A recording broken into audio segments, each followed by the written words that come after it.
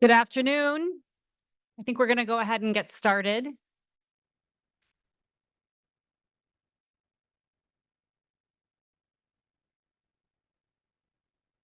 So welcome to the Kroc Institute for International Peace Studies Distinguished Alumni Lecture and our annual celebration of the International Day of Peace, who this year's fitting theme is Cultivating a Culture of Peace.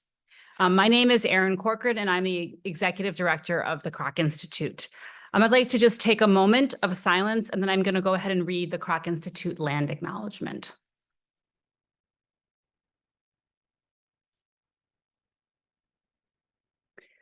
We acknowledge the Kroc Institute's presence on the traditional homelands of Native people, including the Haudenosaunee, Miami, Peoria, and particularly the Powhatan Potawatomi, who have been using this land for thousands of years and continue to do so.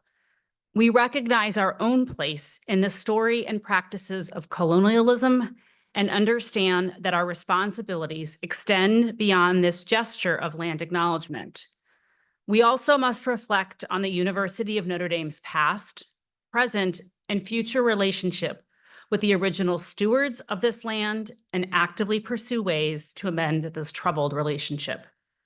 We also note that a land acknowledgement alone could be meaningless if it is not accompanied by active work to address the structural injustice and violence perpetrated against Indigenous people around the globe, both historically and currently. The Kroc Institute is committed to working to address these harms and to find ways to contribute to constructive transformation through our teaching, research, and peace-building efforts. We hope that our celebration today will not only honor our award recipient, but the traditions of these Native people, as we recognize a guest who is here today, who is working on cultivating a culture of peace globally. At the Kroc Institute, we are constantly aware that the accomplishments and fascinating career paths of our alumni are a chief source of our pride. Since 1987, when the first 4 undergraduate students were awarded a concentration in peace studies, the Kroc Institute has graduated over 2,000 alumni. This includes over 1,300 from what is now the undergraduate major or minor in peace studies, over 750 alumni from the master's program, and 38 from our doctoral program in peace studies. After 37 years, our alumni are now at work in over 100 countries around the world. Kroc Institute alumni have found a variety of ways to integrate peace studies into their professional work. Some identify as professional peace builders, while others have found ways to incorporate the knowledge and values of peace studies in a variety of distinct professions, from religious leadership to teaching, from journalism to parenting. The Kroc Institute's Distinguished Alumni Award honors graduates of Notre Dame's Peace Studies program whose careers and lives exemplify the ideals of peace building across the globe. In the past, we have honored Kenyan NGO leader George Wachira, development innovator Molly Kinder, educator and activist Corsona Wise Whitehead of Baltimore, human rights lawyers and advocates, including Zabia Aguirre of the International Criminal Court, Vienna Colucci of Amnesty International, and Adriana Quiones of UN Women.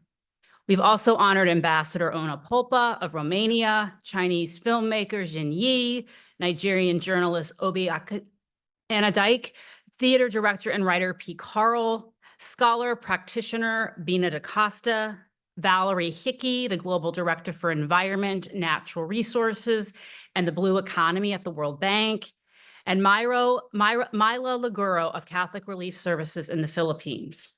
To this list of distinguished alumni, we are now privileged to add Chernor Bah, who we affectionately call Siba, who is currently the Minister of Information and Civic Engagement of Sierra Leone. And I just also want to take a moment to thank Ann Hayner, who is our Associate Director of Alumni Relations. She sort of is the mastermind behind this award and works every day with our alumni, connecting them to each other, our current students here at the University of Notre Dame, and for finding ways to sort of foster that informal network that Joan Kroc envisioned when she first gave her original gift to the Kroc Institute. And so now I would like to invite Ann Hayner up to the podium to introduce our Distinguished Alumni Award winner. Thank you, Ann.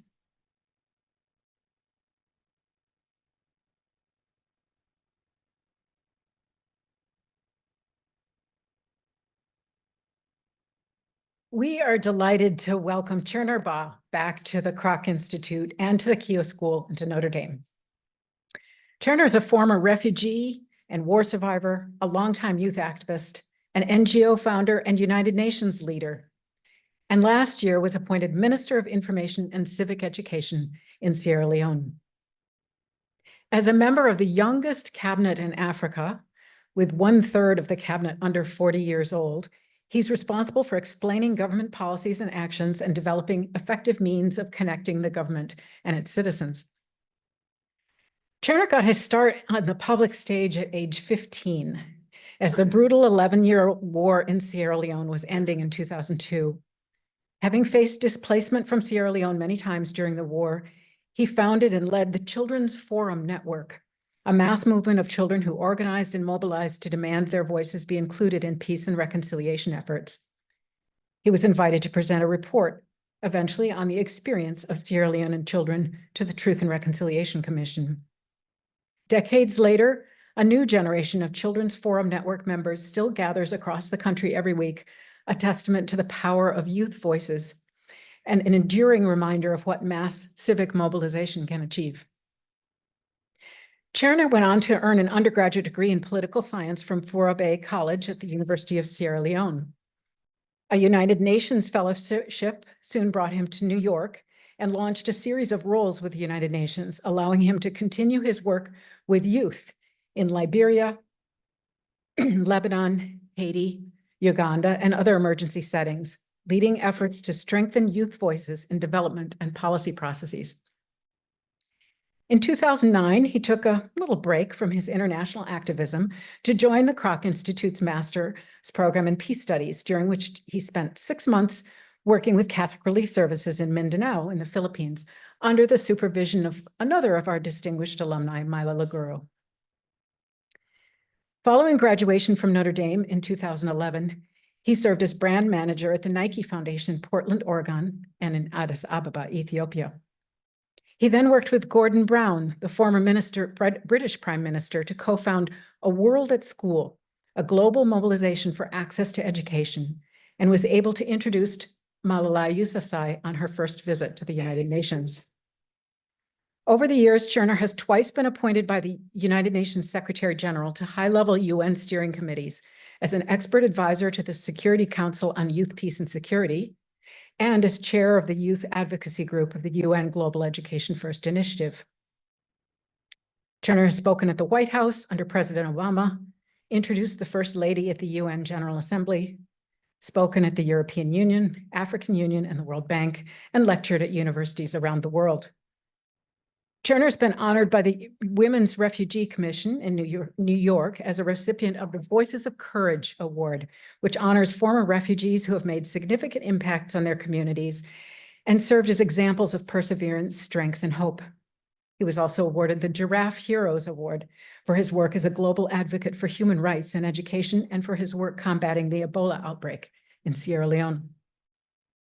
In 2016, Chernor co-founded the NGO Purposeful, an organization that supports girls and their allies to spark and sustain movements for change in the developing world, and served as CEO until his appointment to the government. From its base in Freetown, Sierra Leone, Purposeful is now active in over 100 countries. Chernor reflects, before arriving at the Kroc Institute, I had lived through a brutal conflict, and I was increasingly cynical about human nature. My studies helped me to better understand the reasons for violent conflict and injustice, and gave me the tools to understand and contribute to a more peaceful and equitable world. I can only hope that this is what I will spend every day of my life working towards. Chernor, I invite you to join me up on the stage. We're honored to welcome you back to the Kroc Institute.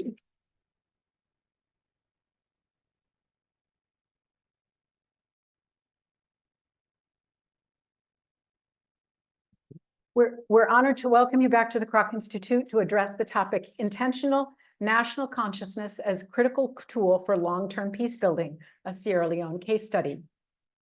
The Kroc Institute is proud to recognize the commitment to peace building, human rights, and youth empowerment shown in your activism and your public service. We are honored to confer on you the Distinguished Alumni Award of the Kroc Institute, which is an image of a hand holding a globe. As inscribed on the base of the award, we are confident you will go forth in peace. Congratulations and welcome back to the Kroc Institute.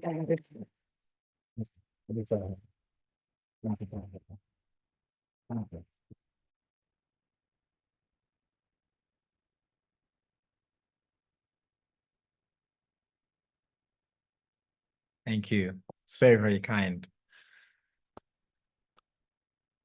It's great to be back, especially in this room. I remember when I was here as a student, we had a number of such engagements in this room. Let me start to Dean Gallagher, Director Kaufman, Executive Director Corcoran, Associate Director Ann Ena, the incredible faculty and staff at SCIOG. I cannot thank you enough for this honor. In my culture, when you honor me, you honor my clan and you honor my people. So on behalf of the people of Sierra Leone, on behalf of my family, I want to say Abarka Bui, which means thank you from the depth of my heart. Thank you. I want to pledge that for the rest of my life, every day, I will continue to work hard to earn this award, because I think peace is something that you continue to earn every day. And that's a commitment that I want to make. When I came back this week, I was reflecting, over 15 years ago is when I arrived on this campus. I got that email that I was so badly looking forward to. I was in Liberia. And 4 years prior to that, my friends had told me about the Kroc Institute. And I had decided that I wanted to go to this one program at the University of Notre Dame. So I worked very hard. I decided that I would structure all my attention and focus on putting together the best possible application that I could to come to Kroc. Whether it was absolute carelessness or just naive optimism, I submitted one application to Kroc. And so I'm very proud to say I have a 100% success rate. And I got accepted. But that email will go on to change my life and change so many things and challenge me in ways that I had not anticipated. But I like to also say that the greatest challenge I didn't really anticipate was the amazing South Bend winter weather. Forget being, born in a slum, growing up in war, raised by a single mom. Forget all of those small potatoes. Surviving the winter here, I don't mean to scare the first-year students who have just started, but I can tell you this is probably one of my greatest accomplishments. A close second really was surviving the class readings of particularly Professor Johansson, who I know is not here today. And I see that joke is only funny to those people who actually experienced that class, because it was a class coming straight from Sierra Leone here and being inundated with all those readings. But I just really want to take a moment to underscore that what the Kroc Institute does and what the KIOG School now is about is truly remarkable. A child like myself from a country like Sierra Leone, far away land, given an opportunity and a ticket that will set me on a path that Anne just spoke about just now, that will really give me the essential tools to find my own voice, to question the things that I was grappling with and to create a path that enables me today to contribute to my country's development and to ask the deep questions that are required to be asked if we are to move this world forward. But it's not just that, it's that Kroc also gave me a family. I know some of my classmates have tuned in to watch this, but it's that spirit, that family that this institution gives, and that it was also truly transformational for me. One last thing I want to say about Kroc is the culture.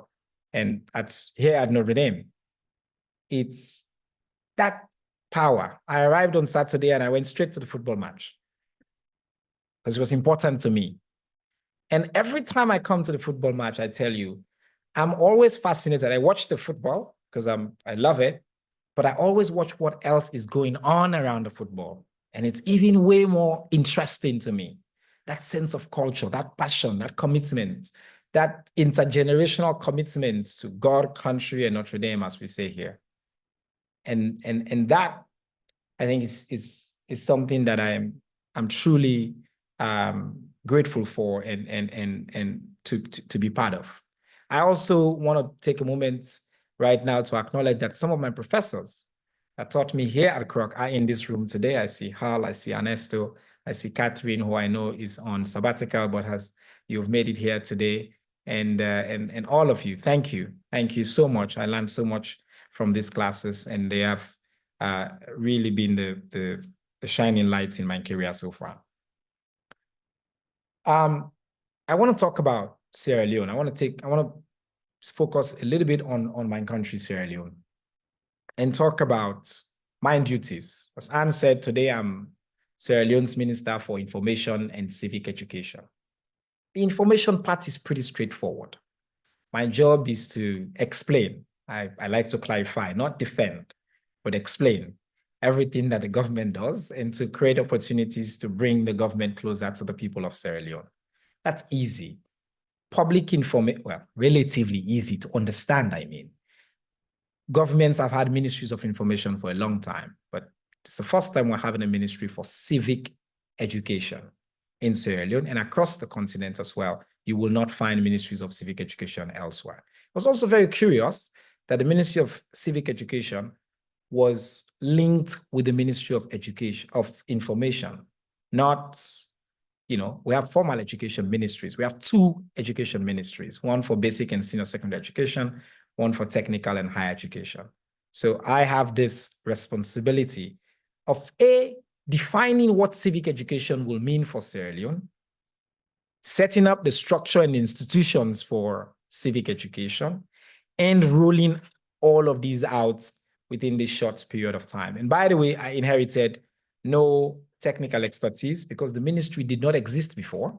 And so there was nobody that I will turn to and be like, hey, what are we doing? What is the civic education part of this? And so as a true Kroc alum, I turned to what I learned here. I think John Paul will say we have to look back to look forward. I think Atalia Umar, who I don't see in the room, but I learned from her class that we should complexify and problematize a lot of things. And I think Kat, you will say, let's dig deep into the roots of the problem. And so in the past 15 months that I've been in this position, what I've sought to do and what I want to share with you is how I've approached this problem of trying to define what civic education will be for Sierra Leone and the steps that I've taken and the basis for what I propose as a way forward for civic education. And of course, I start with the Truth and Reconciliation Commission, because if anybody has paid any attention to Sierra Leone, it is one of the, it is supposed the Truth and Reconciliation Commission was set up right after our war, and it was supposed to establish an impartial historical record of what happened, to tell us in the most definite terms why we have all the problems that we had. And I was curious whether, I was part of the Truth and Reconciliation process. I testified at the Truth Commission. I helped to write the child-friendly version of the report.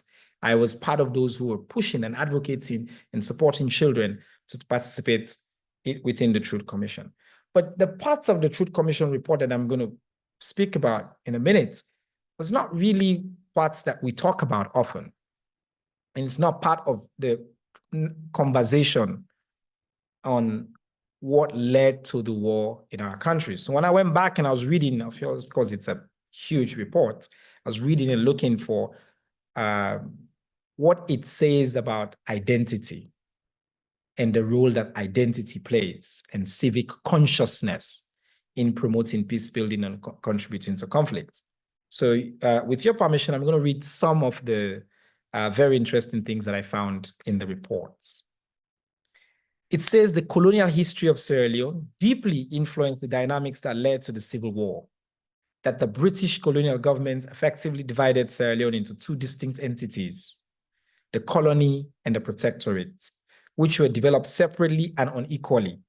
The division sowed deep-seated ethnic and regional resentments that persisted long after independence and contributed to the conflict. For instance, it continues, the colonial government pursued a social engineering strategy that was deeply divisive, using commerce, Christianity, and notions of civilization to manipulate relationships among the indigenous peoples. This strategy, it says, sowed seeds of distrust, competition, and intransigence among Sierra Leone's various ethnic groups. Furthermore, colonial authorities destabilized our traditional chieftaincy system by subordinating the chiefs to colonial rule. Chiefs who resisted colonial rule were punished, and while those who collaborated were rewarded, leading to a perception that chiefs were predators on their own subjects, which further eroded their legitimacy. This breakdown in traditional authority, the report says, contributed to the social fragmentation that facilitated the outbreak of civil war decades later. It's pretty straightforward. It seems pretty compelling to me. It's destabilized, it's eroding legitimacy, social fragmentation, deeply divisive. So I was now curious to see what the prescription was for this diagnosis. What do we do about the effects of colonialism? And this is where I begin to problematize. Because it says that we should focus on creating equitable citizenship and promoting a culture of mutual respect. That we must develop human rights education programs across all levels of schooling, aiming to instill values of tolerance, understanding, and respect for human rights from an early age. And that this was essential to build a new culture of citizenship that transcends the colonial divisions of the past. In my mind, every time colonialism is mentioned as a problem, the prescription is almost always, let's just look forward and hold hands and let's just create something different. Like there's no real interest in really questioning and dismantling and deconstructing the weightiness of what I just read and what is described there. And the most effective way to destroy people is to deny and obliterate their own understanding of their history.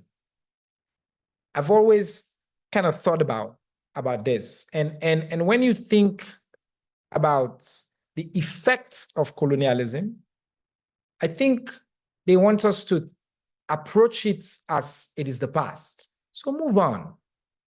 But colonialism is not the past. It is now. It is not just the present. It stops us from fully claiming the future.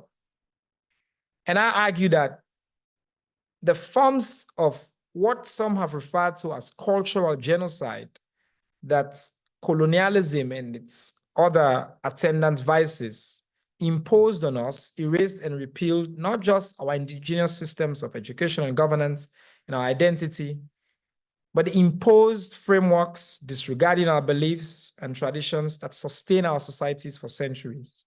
And this suppression of our local culture and the political ecology of our society deeply affected and undermined our ability to construct a true national identity, and that we continue to live under the weight of that. And the effect of this is particularly pervasive. So we all, and I call myself a Sierra Leonean. It is not just what I just referred to, but what is taught to us as the start of our history is problematic. In the narrative that we were taught in our schools, our country was discovered by a Portuguese trader named Pedro da Sintra in 1462. In all of our history, that's the beginning of our history, apparently. When the story goes, it gets more interesting, ladies and gentlemen. The story goes that this sailor was kind of stranded on the west coast of Africa. And in the evening, they will hear sounds on the mountain. It's a very mountainous country. And they concluded that those sounds were the echoes of lions. And so they called this place Lion Mountain, Sierra Leone. That is to this day the name of our country. It is a misnomer. First, we know that archaeological evidence suggests that people have lived in that land that is today Sierra Leone for at least 2,500 years. It doesn't just stop at the name or the narrative of how we were founded. It goes to educational institutions. We had our traditional educational institutions through the Poro, the Sande, and these institutions were functional and relevant for us, but those have been eviscerated and referred to as primitive and backward. One of the things that I'm learning about now is that before the advent of colonialism, we also had kings and queens who were ruling communities across our country. But when the British came, they said there can only be one queen. And that's Queen Victoria, who was ruling the rest of the protectorate. So our traditional leaders will now graduate to becoming paramount chiefs, traditional authorities, and they call them tribal authorities for better measure as well. Further denigrating them, and as I've already explained, also denigrating their power and their authority. Religion, the notion that we were such primitive people without religion and that all we were obsessed with was witchcraft. We had our own gods, our own ways and means of approaching our gods. Different ethnic groups. The Timinis called God Kru Masaba, the Konos, Yata, the Limba, Kanoma Sala, and the Mendes, Maenge War, or Leve, will make sacrifices to our gods, as most civilizations do. When the British, if you read Shakespeare's Macbeth, they talk about witchcraft and all of these, but for us, it is backward, primitive, and we're supposed to leave all of that behind. But probably the most heartbreaking part of our history that I'm learning now is that in 1898, a group of local leaders in Sierra Leone started a war. The British had imposed taxes on our people.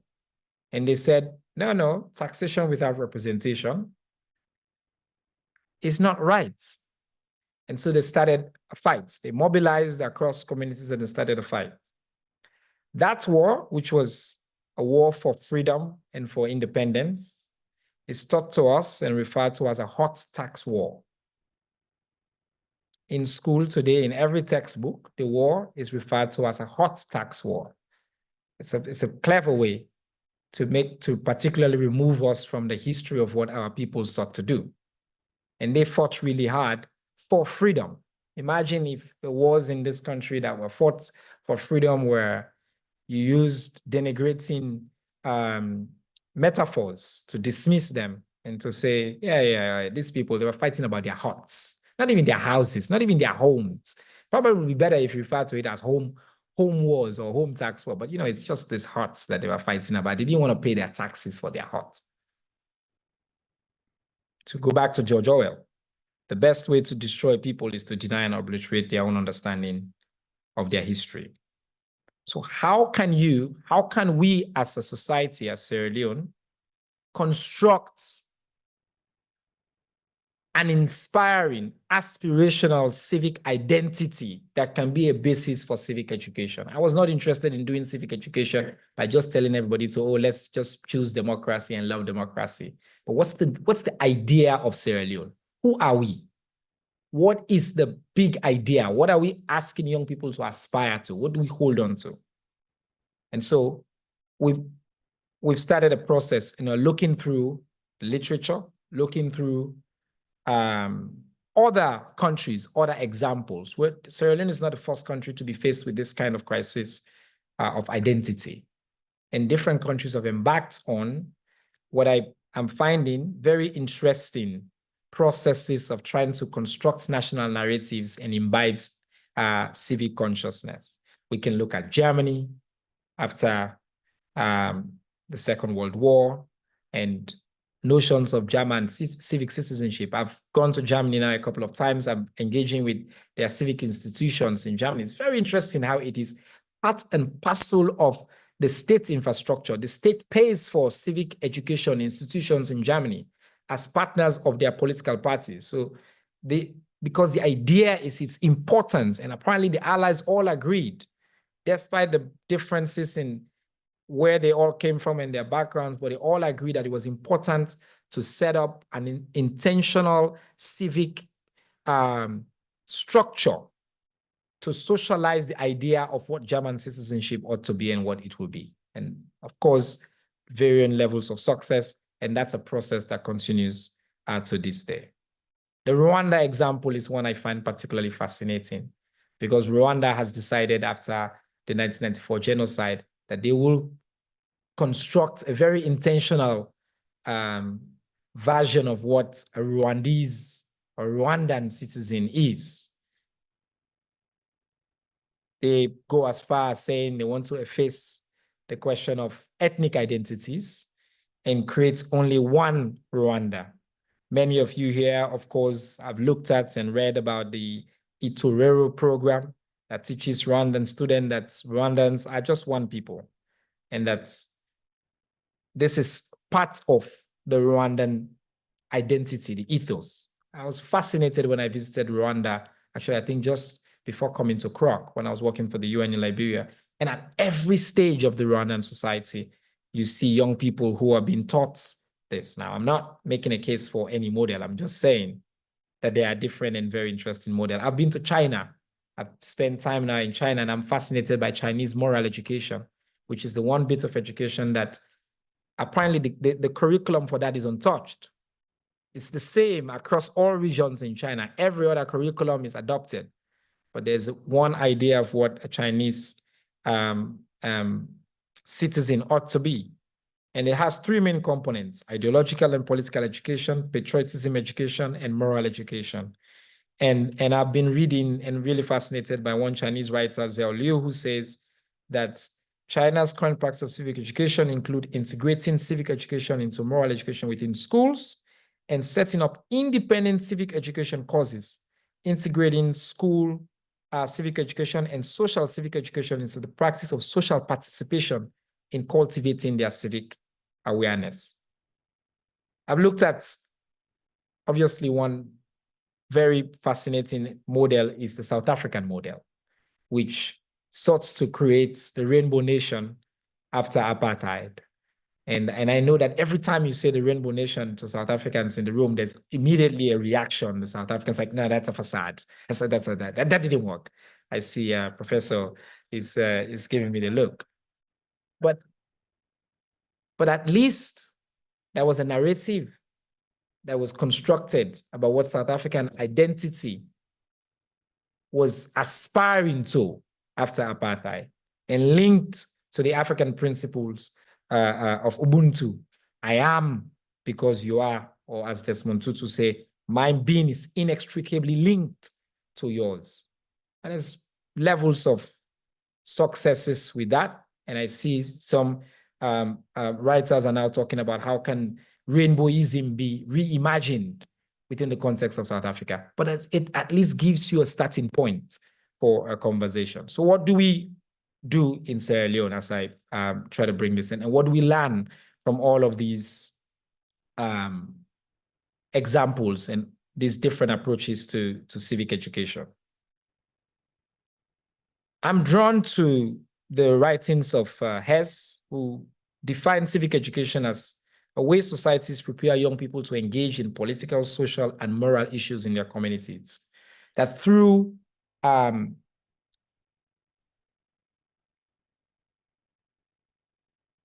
think I kind of was forgetting the slides for a minute. I was just flowing here, so it's okay.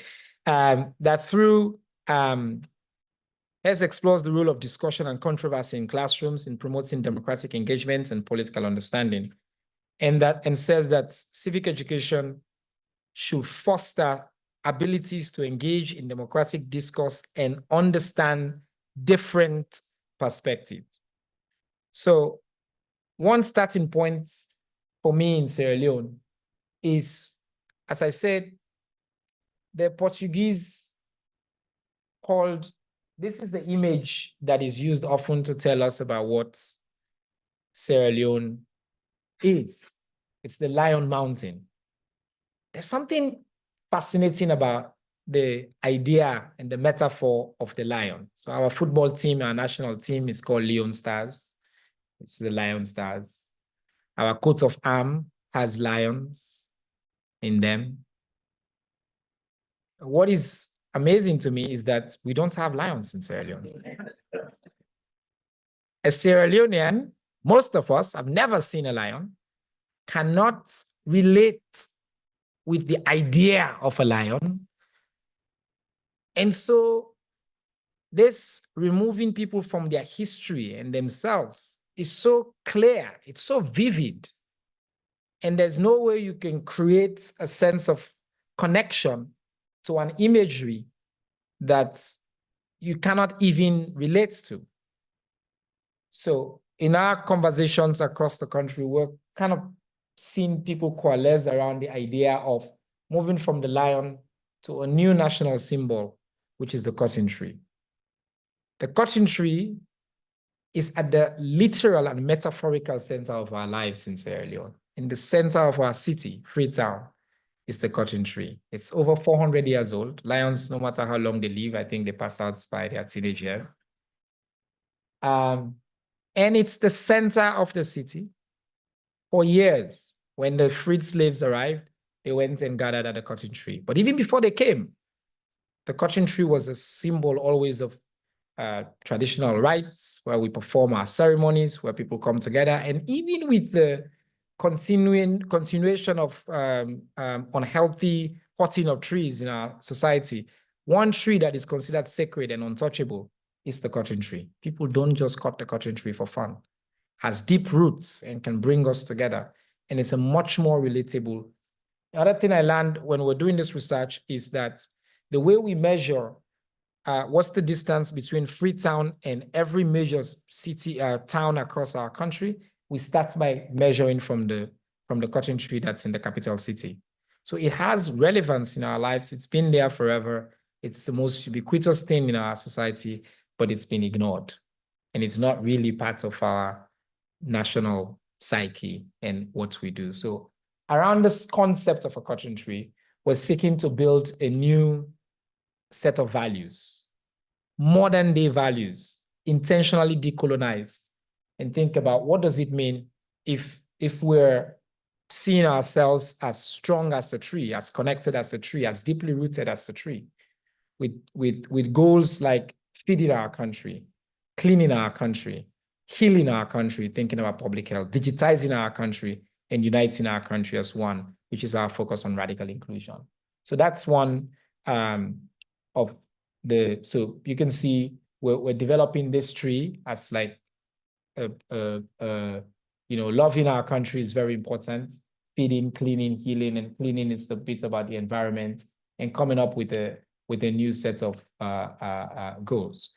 But it's not just the cotton tree that and it's not just about that image or that metaphor of what is represented or what the country reflects. I was on Saturday at the Fighting Irish football match.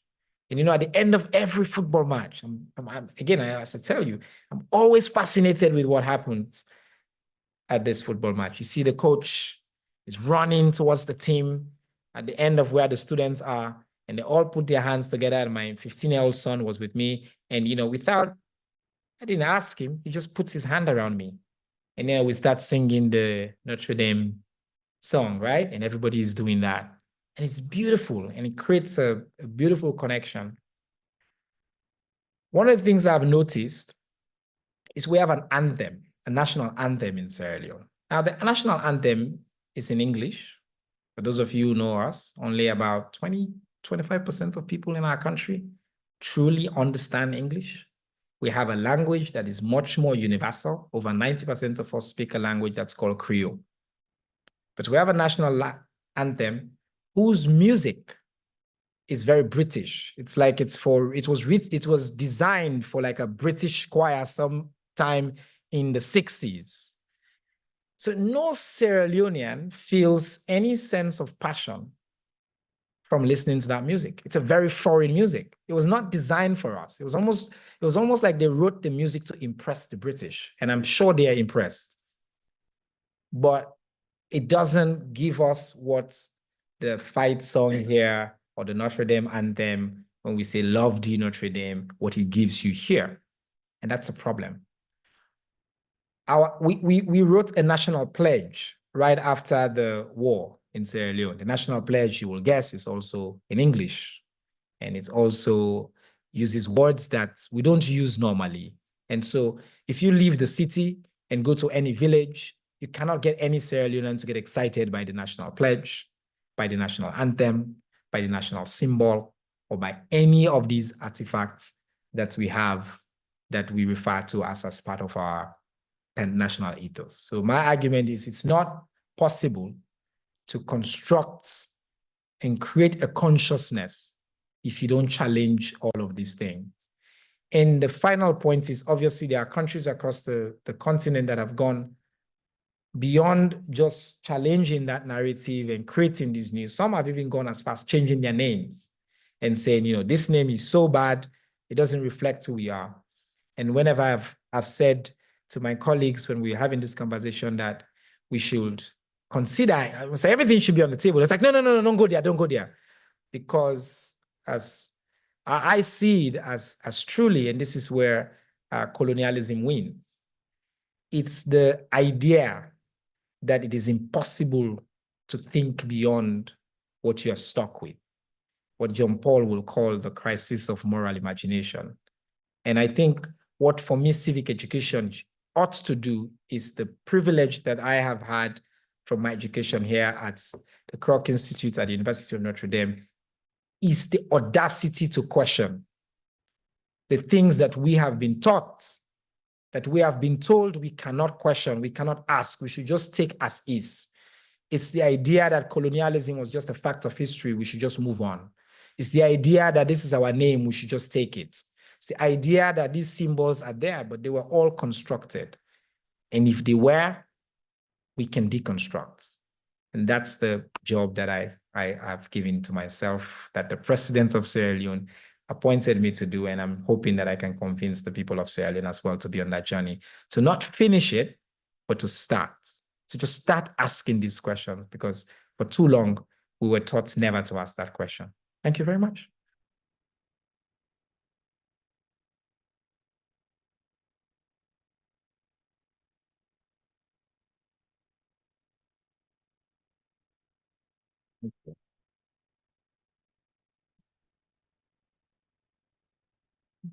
Thank you very much. Very kind. We welcome your questions, And comments.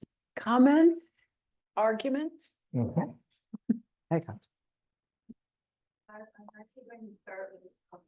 Yes. It goes to the cotton tree, which came down in a storm last year. Yes. I mean, this is both a tragedy and an opportunity for you. How are you in your ministry kind of conceiving of the fact that the very symbol of the country, it actually was not cared for properly for years and years, that kind of led to its decline, and there's so much kind of historically and symbology that you can unpack there.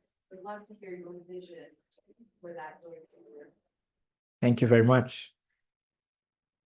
I think it makes my point. I think it's because of it was not seen as a critical symbol of our national identity. Definitely not sufficiently. And I think even what happened when the cotton tree fell down, so that image of the cotton tree I showed you, there was a major storm last year just before the elections, and it's classic. Obviously, then there was all these stories about what it means. It's a sign. It has to be a sign. If the cotton tree is falling down, it's a sign. I mean, the cotton tree is about 400 years old, so at some point. But what I find really fascinating, Catherine, is that it is growing again. We didn't have to do much. The cotton tree is able and it's developing new branches and it's there. There's just something about its centrality. I mean, you know, this country has faced numerous crises: slavery, colonization, civil war, and everything else in that society has been shaken and destroyed and broken. One thing that's constant is that cotton tree in the center of that town. And not just there. I've had many, many, many other towns, whether you go to Bo or villages, the places where they perform their rites. So it's the cotton tree, not just that one, but others. And I think the point will be, if we adopt that, if we accept that and try to create a new national narrative around the power of that, then we will make it a priority. But right now, we're supposed to focus on a lion that we don't even have. So, and it's so, and I think that's also what I mean about this, removing you from who you are. And then and that's, I think, is I don't take that, it's not insignificant. I've spoken to, for example, Senegalese and other people around the West African subcontinent, who say that they are astonished when they come to Sierra Leone about the lack of a distinct kind of sense of patriotism and love for our country. And I know that patriotism is a risky notion to over glorify, especially when we're talking about peace. But I also believe that you do need a sense of connectedness with each other, especially in this age, to feel like we have a common purpose, we have a common mission, we should come together, we should unite. And it's critical for peace building. We cannot build this society. So and a more practical response to your question is that the government now has decided they've set up a commission. The Relics and Monuments Commission is led by another very young, fantastic Sierra Leonean, Joseph Kaifala, and he's putting a team together. I'm sure you're familiar with his work as well. He's a writer, a historian, and really focusing on what we can do. Initially, there was all this obsession with we should remove the tree after parts of it fell and replace it with something. There was all this monument, they wanted to replace it. And you know, it's a classic, the death by committee, where they have all these ideas and then they couldn't agree. I shouldn't say they, are part of government now. Couldn't agree on what the idea should be. And then while that debate is going on, the tree just starts regrowing. And it's just there. So I think that itself is a story. I think the tree has a plan for itself. And is something.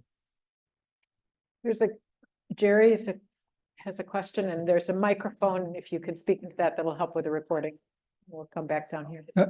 Thanks for your talk. I'm just curious about the selection of places that you're studying, two of which are authoritarian regimes, which are really imposing an ideology, and in some cases, are doing it through violence. In China, for example, Hong Kong, the Uyghurs, the Tibetans, they would not see Chinese civic education as a positive. Really good. Thank you, Professor, and great to see you. So, I mean, I think the way we wanted to approach this was to not focus on just one set. So I have like about 10 examples of different countries that we look at. For example, we're also talking, I mentioned Germany, which I don't think will qualify for the description that you just made. We also looking at a place like Sweden, which is really fascinating to us as well, especially when you talk about the idea of the War of Independence versus what you celebrate as independence. So they are, the Swedish society, what they're celebrating as their Freedom Day apparently is the time that they came together and decided that they should found their country, and not the time that they apparently got independence. And so it's a very intentional choice. So just the idea of that day, what it does to them, what it brings, that sense of pride that connects them with a set of history in which they are the center of that conversation. I have always said that the narrative of our country is that we're people that things happen to. We're not the main characters in our own story. And that is, in my mind, tragic. So we're not looking at it to say, this model is right or wrong. There are issues. We're also obviously looking at the United States and seeing what challenges are with different models in the United States. South Africa, I think, is a very interesting model as well, in terms of some that succeeded, some that failed.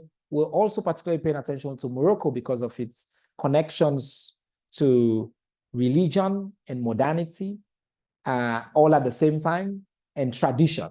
So Morocco has since their new constitution, a very interesting model as well for civic education. So I chose those examples deliberately here to be partially provocative, but not that they're not models we're following. It's just like it's a mix of models that to look at, to study, and see what we can gain from these and learn from, including to stop us from following paths that will lead to outcomes that we don't want. You are choosing, I don't. Right here. Thank you so much. This is a great talk, and I totally relate to it. I come from Afghanistan. I discussed with you over breakfast a little bit. My country also has been given a name, and I think some of the professors here might call that an exonym, a name that has been given by an outsider, particularly during the colonial era there. And so we are grappling with the same type of questions that you are discussing. What does it mean to be from this land? What is really we're even debating whether we should discuss national values or national principles. And some of us here are working with a number of stakeholders from the country to come to some level of clarity. You explained the mission. I'm really interested to hear how that is going. Could you explain a little bit about what you're exactly doing, what strategies and programs you're using? Thank you. Thank you so much. And so we've been going through this process for about a year. First of all, I remember the first meeting when we were thinking about what, putting all the different symbols in our society, and obviously we have tensions, right? Each symbol is going to be contested, and that's part of the reason why people don't even go back to look, because you're like, it's too many problems. Even names, for example, if you think about even a name, some societies it can be imposed from up, differently. But even if you think about name, that could be a problem. So how do you create consensus, and how do you start the conversation? For me, I think the first step is this is not a conversation that will be resolved in the time of my tenure. If it is, wow. But I don't expect it to. And so I'm not starting this process with the arrogance of, this is my project I need to finish. I think it's a process of saying, let us start asking the questions and let's start having this conversation. So we're doing consultations, different seminars, conversations across the country. We're testing these symbols. We started off, and people initially, the cotton tree was, no, it will only refer to the city. And for those of you who are familiar with Sierra Leone, there's a tension between those who are from the city and those who are not from. And that's why when I say that's where the former slaves arrived in the city, I was quick to also mention, even before they came, it was a symbol of people coming together. And that's important. How do you create inclusive narratives in that respect of how you you build on this. So we've done a huge set of national consultations. That's why you saw that tree up there with what the goals are. That's we're testing. We're doing, classic. So we have a partnership with UNESCO, a few universities as well that are supporting us. I'm hoping that will include the University of Notre Dame as we go forward. I'm looking at all of you here. So that they're helping us kind of test this, question, problematize, complexify, also just document it as we embark on this process. Last month, after all these consultations, I brought all the cabinet members together to have this conversation for the very first time. And one of the things I did not mention when I spoke about language is that when I became minister, the first press conference I did, I spoke in Creole. If you think about that, since the founding of our country, no minister ventured, because English is written as the official language. In school, they punished us for speaking in the local language. You will be beaten for speaking in a language that you spoke at home. In high school, you will be fined. In offices, it's written, you cannot speak any other language here other than English. Think about the extent of that. Kids who are born who have never spoken English at home walk into a classroom for the very first day, 6-year-olds, they teach them entirely in English. Even the teacher doesn't speak English at home because we valorize English so much. And so after that, my first press conference, I never stopped. I just continued to talk in Creole, and I kind of just poked that bear and poked that bear. And I remember I went to Parliament, and they asked me about that. And I said to the parliamentarians, what is fascinating to me, I've never attended a political rally, a campaign that is conducted in English. Never. So they campaign in Creole and they govern in English. There's something wrong with that, no?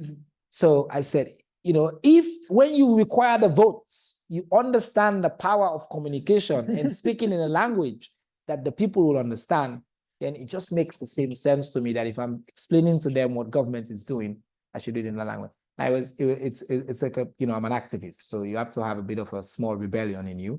And now we organize public events with ministers there, including the president. We just did a whole town hall with the president of the country, conducted entirely in Creole. People communicate and all that. It just makes the average citizen just relax and feel like, wait, this is now, I'm part of this process. So we're beginning that process slowly, pushing that. I'm also pushing, written some pieces, pushing the education system to say we should teach, because UNESCO has recommended for years that children should be taught, at least in the first years of schooling, in a language, in their mother tongue. It's like the evidence for it is so huge. This conclusion was in 1964, when UNESCO came up with an overarching statement. We still teach in English with kids who start school. So it's a process. We did these big events with the cabinet ministers, and it was really positively received. But I frankly do not even know how we're going to embark on all these other changes, because some of these things are entrenched in our constitution. So I just want to hopefully start the process. Maybe our president will appoint a commission at some point to look at it in a bigger way. Maybe because we're also reviewing our constitution, we can include some of these. But for me, it's the fact that we're having the conversation is the success. It's not what happens necessarily outside of it. Laura, you had a question, and then Ibrahim. Yes, Laurie. Yeah. Chernor, thank you very much for the inspiring talk. Thank you. And thank you for the inspiring life story for all of us, not least our students and our master's students in particular. You invited a response from a South African, so let me give it to you. Good. The idea of the Rainbow Nation was not simply a romantic notion. We were country divided as yours was, and we made a serious effort in substantive and symbolic ways to create this idea of the new nation, the unified nation, the Rainbow Nation. And it was about uniforms and regalia and the anthem and the flag and most substantively a new constitution. But you say that there are skeptics or critics, South Africans, who regard this as a facade. Why is that? And their answer is, as we know, because the divisions, the social and economic divisions of apartheid have not been overcome. They've arguably deepened. So you are doing really important work, and there's nothing to be critical or cynical about, but it's not sufficient. Because if there are groups of people that are still marginalized and excluded and regarded as less than, whether that's on grounds of class or ethnicity or religion or whatever the identity consideration, then they're looking askance at your efforts to create the idea of the nation when they don't really feel included. So how do you view that challenge? Thank you very much. That's a sobering reflection, which I appreciate. And actually, it's a very dominant thought in the South African literature on rainbowism about why the challenge of national identity or constructed national identity is going to collapse in the face of other social tensions, especially if you don't address socioeconomic realities and socioeconomic needs. I will argue that while those substantive steps were taken in South Africa, that there's a case to be made that in the unique situation of South Africa, there's a strong convergence between identity and economic opportunity, and that was not addressed in this mix. It was kind of kept too separate. And it's my, again, relatively uninformed view. And I will say that in our case, the bulk of the tensions in our societies, at least as they exist today, as the Truth Commission found about the war, was not necessarily about economic disparity in the ways that you're talking about it and pronounced across. It's not like, oh, the Timinis are poor and the Mendes are rich. That's not how our society is constructed right now. And I think there's also a case to be made that the way to tackle the problems that we face, social, economic, and otherwise, require this sense of a commitment to something that's bigger than us. This commitment to, the nation is bigger than you. The sense of patriotism, the sense of like we're part of a national goal, an agenda that is so powerful and that I am part of the bigger piece. I don't think what we're doing is either or. I think to address the tensions you talk about, you require a connection of the two. Does that make sense? Yeah, very excellent. Thank you. Ibrahim Hi. has a Oh, question. Sorry, we're over here. Oh, you have one under. Okay. can I? Yeah. Hi, Chernor. Thank you so much. This is very inspiring. So one line that to me was very striking in your speech was that colonialism, it's not just the past, it's also the present. And so I wonder if you could speak to what's the Sierra Leone today, sort of in a very present light within a very global capitalistic system. And how do you disconnect the apathy that the past created and get people on board to look at a very youthful minister and see hope? Thank you. Wow, that's a big question. I'm gonna just take it. Thank you very much. So what is Sierra Leone today? I mean, I think maybe in this room we'll take for granted that colonialism was bad and that it's not something that we should go back to. But I can tell you there's not an insignificant portion of our society that actually has nostalgia for colonialism. In fact, a lot of people will say publicly, educated people, that it was better to be colonized. We'll rather have remained colonized. And so it's not my reaction to that is, again, they did a number on us, right? Like to even think that it is okay to even entertain that notion. But part of why that is the case is because of the colonial institutions and structures have never been questioned, never been deconstructed, and never been condemned for the evil that it was. the most powerful brand in Sierra Leone is the British brand. Made in England is the most powerful thing. If anything that is British is the most desirable in our country. An English accent, oh my God, you're smart. As it is here as well, I understand. As I said, we speak in English. Our parliament is conducted in English. Cabinet is conducted in English. Our books are English. Our textbooks are English. If you studied in England, wow. I just came from Oxford. Great. You get everything that's so. The UK government's acknowledgement of our government after an elections is the most sought after, because we still require the colonial boss to give us a pat on the back and be like, yeah, this is good. We don't want to talk about what they're responsible for, what they have done to us, what they didn't do at all, with all of that. So, and there is, in my mind, not a subtle commitment to continue to maintain those institutions. Not just by the British, but by the elites that they created. So the British created an elite that gained their power from their Britishness. So the maintenance of the elitism is by your connection to the colonial system.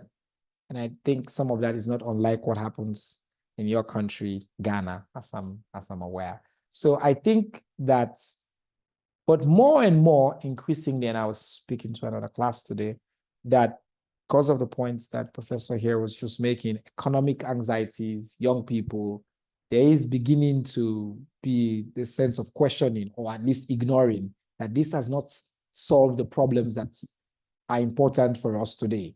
In fact, a growing realization that it may have been part of what has really held us back. So I think, to your point about how do you get young people to rally and think about what is important for us? I like to think part of this work that we're doing is important, that to get young people to think about participation, to get young people to think about a country that is truly theirs, and to see themselves as I've said, characters in their own story, and not as bystanders or people that things happen to. I think it's important to give people that sense. Maybe because I'm from this institution where I learned that symbols and values are important.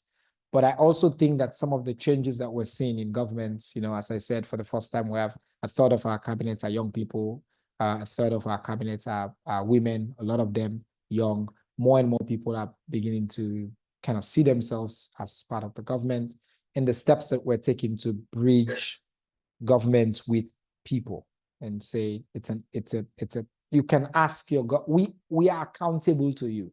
For the very first time, one of our hashtags in our ministry is that we work for you, we work for the citizens, and that you can ask us questions. So we have a platform that you can ask questions on anything. And we bring any minister that the citizens will have questions for. We've done it with the president. People ask any and all questions that they wanted. And so that is hopefully sowing the seeds that will create a sense of trust that we can build on going forward. Rahim, and there's one in the back afterwards. Here. Oh, right here in the front row, sorry. And in the back, and then I know Emmanuel has one. Thank you. Really appreciate your insights and some of your comments. I wanted to know how your ministry, and especially your idea of civic education, is dealing with the question. I mean, you've already gave us some insight on the question of history and culture, right? So in your last round of comments, you talked about a certain kind of fascination with Britishness and infatuation for that. So the question is, what is the dependency on Britain? What's the nature of your dependency of, I don't know enough about Sierra Leone. So what is the nature of the dependency on Britain that, and in a country like yours, is so beholden to it? in other words, if your vision is one of bringing the question of language, for instance, and I'm very happy you kept your job after introducing Creole into conversations. But what stands in the way of Sierra Leone having two national languages? Why can't you have two national languages unless Creole is not written or It maybe is written, it actually. is, okay? So there my ignorance has just been advanced, and that it is a written language. So why cannot be? What stands in the way for that? What is the the deep historical issue that this is just not thinkable? And why are the elite so resistant to that? I mean, I believe there's a deeper history of Sierra Leone that I'm not familiar with. So I don't expect you to spend the next hour on that, but just give me some hints or tell me what novel or what book I should read to eliminate that. Thank you. It's, to be honest, I am as flabbergasted by that question as you are. And I think what I've said is what I will reiterate, which is that, as you were speaking, I was thinking of the lines in Bob Marley's song, "Emancipate yourself from mental slavery, none but yourself can free your mind."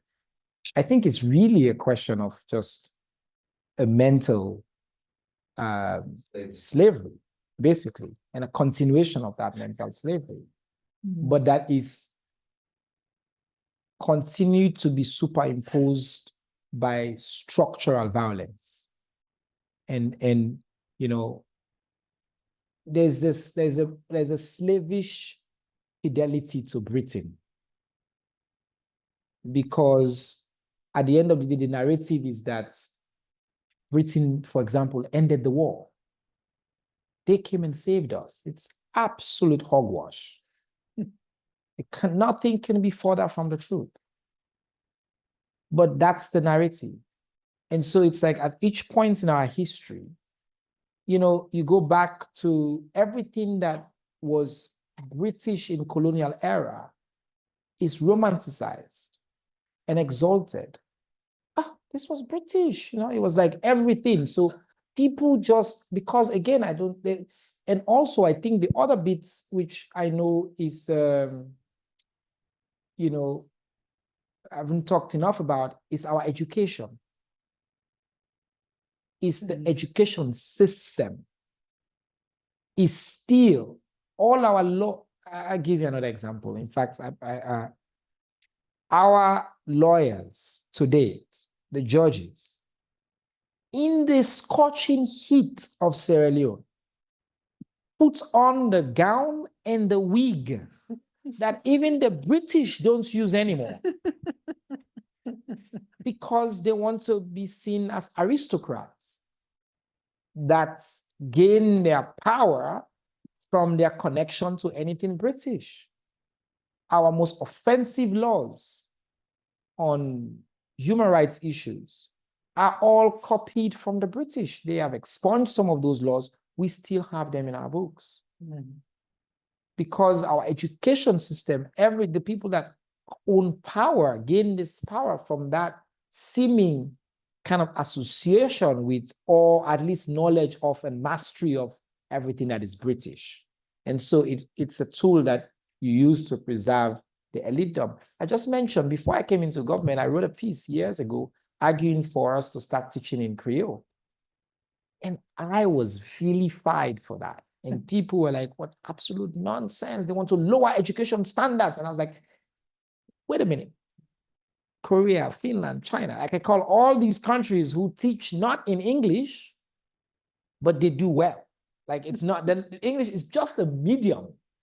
But we have this notion that English is equal to. So if you speak good English, you're very smart. It's just one language. And that if you don't speak English, it's equal to you're not smart, you're not exposed. So I think there's a big part of our education system, the colonial history. It's a mixture of things that we've never been socialized to question it. It's just been passed on from generations to generations to generations. And I'm fascinated by the fact that nobody even wondered why we're the lion. Like nobody. It's never been part of the, there's never been a university debate in Sierra Leone about why there's a lion. It's not there. And it's fascinating to me that we just accepted all of these things. And we're just supposed to, again, the system of education is rote memorization. What is this? We read it, we go back and we write it out. And that's basically what we reproduce and we've reproduced. So it's I don't know if that is a satisfying answer, but yeah. The question in the back row. And then Emmanuel will be next. Good evening. Oh, my name is Sanabiu. I'm a resident of South Bend. I want to take this opportunity to thank my brother, our honorable minister from Sierra Leone. I'm a Sierra Leone and I'm proud of him anyway. Thank you. A lot of things he was saying, you know, and I'm aware of it. And rightly he said, colonialism, I think in my country, it's a kind of mixed bag. It's a mixed bag, more or less. When you look at it, it has some values, things that they thought. There are those things really we have to put them apart anyway for us to move on as a people. I'm glad that he has started something that we revolutionize education in our country, the civic education, and which is a very good thing. I'm a frequent visitor in Sierra Leone every year. I do go. Even now, I have a ticket to fly to Sierra Leone. But when you look at this situation in Sierra Leone, and I see that when I go, I look at the cities, return right down to my village, I see that there are some differences. If we want to take civic education seriously in our country, civic education cannot really stand alone, like the symbols, the language, and everything. But when you look at the economic situation in the country, there are individuals, groups, or regions that are really not represented in the national cake. And if you want to take to them something for us to build nationalism, national anthem, or for us to really name certain things, you want to really see that individual has something to put food on the table. Yeah, to have a good shelter, to have good roads. So how really are we going to teach or bring the haves and have-ons together for us to really build sense of nationalism? Thank you. I live in the village. I know that my own village is not even motorable by any means. I know some of the areas where flooding has taken place. And these people, they don't really participate in the national cake. If somebody's hungry, somebody has in a shelter to live in, and you carry to him that let us build nationalism, the love of our country, how will you, would you really navigate that one? Thank you, sir. We are running low on time, so we'll take another question from And then Emmanuel I'll here read together. and answer those together. Thank you. Thank you, sir. Thank you very, very much, Chernor Bah, for such a stimulating conversation, but even more importantly, for the work that you are doing in Sierra Leone. This is so hopeful. As we are talking, two examples came to mind. One was Thomas Sankara. You almost said something about the changing of the name, like Thomas Sankara did, of the Upper Volta to Burkina Faso, Yeah. the country of the upright. And the hope his 5 years in power gave to the people of Burkina Faso. But of course, how that also challenged the elite, the status quo, the French interests, and of course, eventually, he was assassinated after 5 years. The other example is my own country, Uganda. Museveni, whom I'm sure you know very well, when he came to power, he initiated these kind of civic conversations, programs that kind of gave us a sense of a new chapter and a sense of, yeah, we can decolonize not only our thinking, our education, our ways of eating, our habits, our British ways. So the examples that you are telling, because we are all part of the Commonwealth, they are so familiar. And that was very hopeful. This is now his 37th year in power. He has forgotten, I think intentionally, all the things that he said. And so I don't know the question, or maybe it's a comment. I want you to give me a sense of hope that this is not a fad. This is not something that is, yeah. And how attentive on the political process, in terms of the political process, are you aware of the kind of interests that you are impinging on, the kind of interests that are being challenged? The status quo, and many people who are benefiting from the status quo, from the Britishness of Sierra Leone, and that actually the political process, this is serious. This is really being entrenched in a ways that after some time, we don't go back to the politics as usual. Whatever comment that you can say to kind of say that, yeah, no, this is serious. This is a new game now. Thank you very much. Thank you so much for those two comments. And Mr. Nabil, thank you for being here as well. Mr. Nabil is the chair of the Sierra Leone Association in South Bend. So it's a particular honor to see you come out here tonight. And I take your points. Obviously, I come from a rural community as well. And I know that if we don't address the problems, the socio-economic problems at the heart of the challenges we face, you cannot in the long term solve and create a true sense of hope for people. I think hope is, as we say in Sierra Leone, bread and butter. If people are not able to feed themselves, and so there, but as I've said already, I think that this is not either or proposition. I think they can go together. I think you need to do that. I think, for example, that you cannot address rural poverty in our country, rural electrification, and all the challenges that we have if we all don't see ourselves as part of a national project. We're a small country, we're about 8 million people. It's a relatively small market. If we continue, if we're so disconnected and disjointed, we're not going to be able to solve the problems that we have. I think that's really critical. And I think that there's a way that hopefully you can match those two things. I do respectfully disagree with you on your assessment of colonialism as a mixed bag. It's the one area where I don't entertain a lot of nuance. But I take your point. And I think it's a point that I have been making, and it's great to have a Sierra Leonean in the room who exactly your first instinct is to say it was a mixed bag, because we start from a premise that, oh, there are so many good things about it. And I tend to hold a different view on that. Father, I don't know how to give you a hope on this one.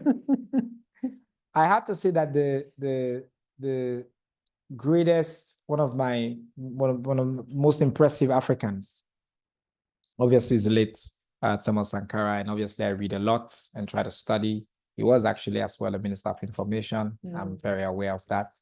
And yes, the hope and inspiration that he created. That's, to be honest with you, that's the goal. That's the vision, is to give people meaning and a sense of hope and a sense of identity. I think one of the most powerful things about Sankara is that sense of identity that he sought to give his people.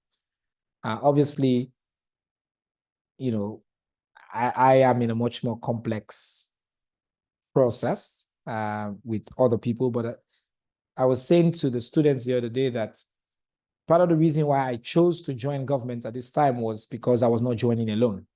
There were a team of us, young people. Anne was just reminding me that years ago, we were having dinner in New York, and I said, can I bring a friend, a Kroc dinner?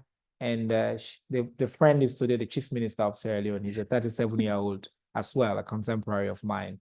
And so all these young people who have the same similar values and progressive beliefs, kind of holding arms with each other and saying, let's be bold. Let's try to do this. Let's shake this thing up a little bit. We're not in the ultimate seat of power. There's a president who is not necessarily from our generation, but who is bold enough to bring us along. And is giving us, as I've said, the flexibilities to do what we're doing. I was also saying the other day that for us, the incentive to do well, to try to do this and to be consistent is the fact that I know for sure that part of my productive life will still be in Sierra Leone outside of government. I know that. I'm no intention of being in government for 37 years like our uncle Yoweri has done. And so that is also part of it. But I am not oblivious of what you alluded to, which are the power doesn't give up power voluntarily. I think we learned that here as well.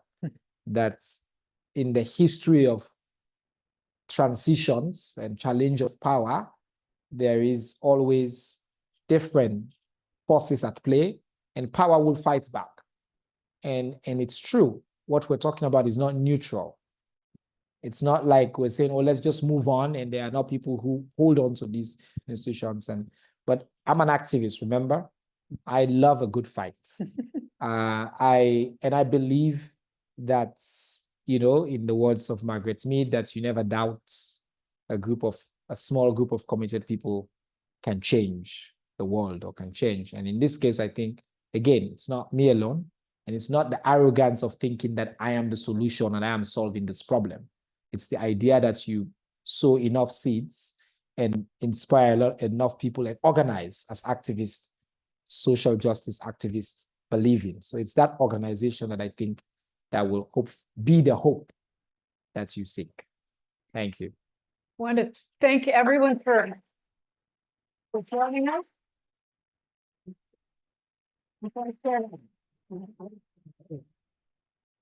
For helping us celebrate the International Day of Peace. And happy International Day of Peace to you.